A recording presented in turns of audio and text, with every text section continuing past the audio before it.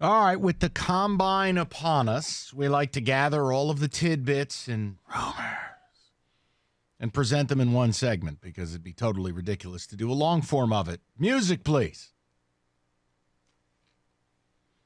I really thought we weren't doing this music. Okay, that's tremendous. This music is perfect for the first question. Let me hear it. Tua, his hands, two different sizes. One 10 inches, one 9 7/8. Burrow, 9-inch hands. Does the hand size really matter? No. Listen, Jared Goff has Burger King hands. He still plays in the league. The only thing that it impacts, fumbles. I mean, that's always been what it is. You get hit in the pocket, you got small mittens, I mean, the ball's going to pop out. Here's a news flash. If you don't keep your quarterback clean, nothing good happens. I'm not going to freak out about that. You mean to tell me I'm not supposed to draft Joe Burrow because you don't like the size of his hands? Did anyone talk about Joe Burrow's hands when he was throwing 60 touchdowns and almost 6,000 yards at LSU this year? I'm going to go ahead and just say I'm moving on.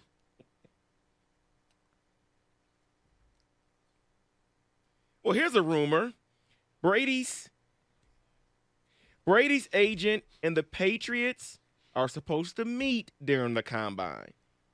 Does Brady do they come up with terms before he hits free agency March 17th? Maybe it's because I want him to be evil and leave and create this amazing story that I still think he's leaving. The only way I think they come to terms, David, is if they give him that open market deal. I feel like he's given them so many years of deals that, like, if they come back at 2 at 70 or 2 at 65, that, yeah, he would return. But I don't think they're doing that.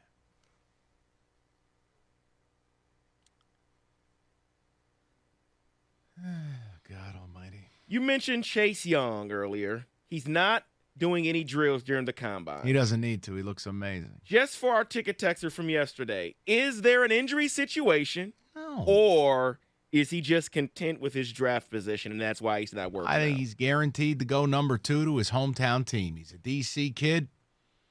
He knows number 1's not in play, and he ain't going to fall past 2. What do you got to gain? $10? Risk blowing your knee out or doing something stupid? Submitting yourself to unnecessary stress? Nah, he's all set. Thank you for that.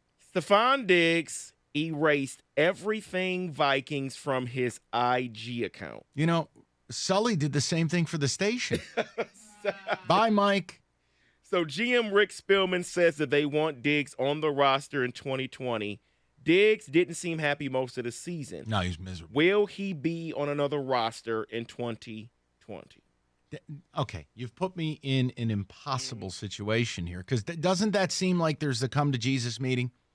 Possibly. I think it's just got to be one meeting and you find out in or out. And then, David, look, they're at their best with both him and Thielen. There's no arguing it. I can't see a scenario where they're better without him or it behooves them to get rid of him. But there were deep-seated issues there. His demonstrative behavior on and off the field, sidelines, that's got to come to Jesus meeting written all over it. Now, what happens in that meeting would dictate whether he's there or not. But would you be surprised like I would if he's not there? It just doesn't make sense. I may not be surprised based on my next question to you. Oh. The wide receiver class is the talk of the draft. Experts believe that there will be 6 taken in the first round, a total of 15 taken through round 2. Is this wide receiver class this good, and could this possibly be the reason they move on from Diggs in Minnesota?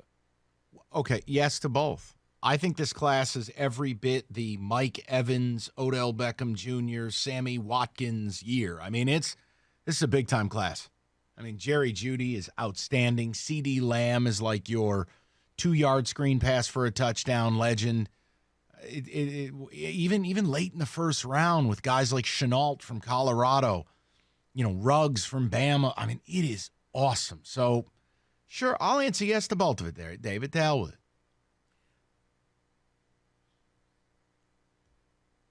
it.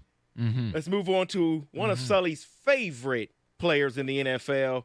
According to Stephen Jones, the Cowboys haven't spoken to Dak's representatives about a contract since before the season. Because they don't need to. But he says he's our quarterback. Is this just they're going to tag him no matter what? I think they tag him. If he performs to the level they want, they'll give him the $35 a year next year. If he doesn't, then he's lowered his price. They have all the leverage. The guys, it's not Kirk Cousins. When Cousins was offered 20 and wanted 25, and you know, salaries weren't where they're headed. Mahomes going to get 40. I think it's a smart move by the Cowboys here because Dak's demands are so high. Fine. What do we got to lose? We're either going to pay you to 35 because you're awesome, or you're going to be so bad we get you to discount and get rid of you. I mean, I'm actually okay with it. Oh, jeez. So this one here is How did you say that with a straight face? I really have no idea. Thank you. This one's a two-parter. For one team, the Carolina Panthers. They're speaking on both sides here. You got to get rid of Cam. Panthers head coach Matt Rule is encouraged by the progress Cam Newton is making in his rehab. Expectation was that they were going to move on from Cam Newton. Then on the other side, all throughout the stadium there in Indianapolis, there's increasing chatter regarding Carolina trading up for the first overall pick. What is going on in Carolina? Are they keeping Cam? Are they trading up for a quarterback? All right, I don't believe Cam Newton will play there. But the reason they're talking about moving up to 1 is because they hired Joe Brady. Joe Brady is Joe Burrow's guy. The problem, just lay out for me on a draft value chart what you'd have to do to go from number 7 overall, I believe, to number 1. Yes. David, it would be crippling to Matt Rule and that franchise and David Tepper. Yeah. That would be worse from Redskins when they traded up from 6. Oh, my God. Yeah. You could try, but no. But I don't believe Cam's going to play there. No.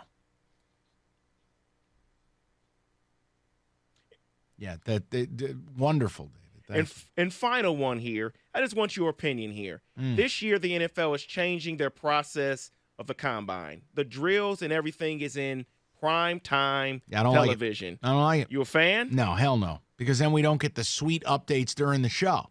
And all I care about is rooting for radio. Plus, I'm not going to watch this in prime time. That's ridiculous. No, put it back in the daytime. They're just so greedy with everything. That's all it is. Thank you for those succulent, delicious rumors.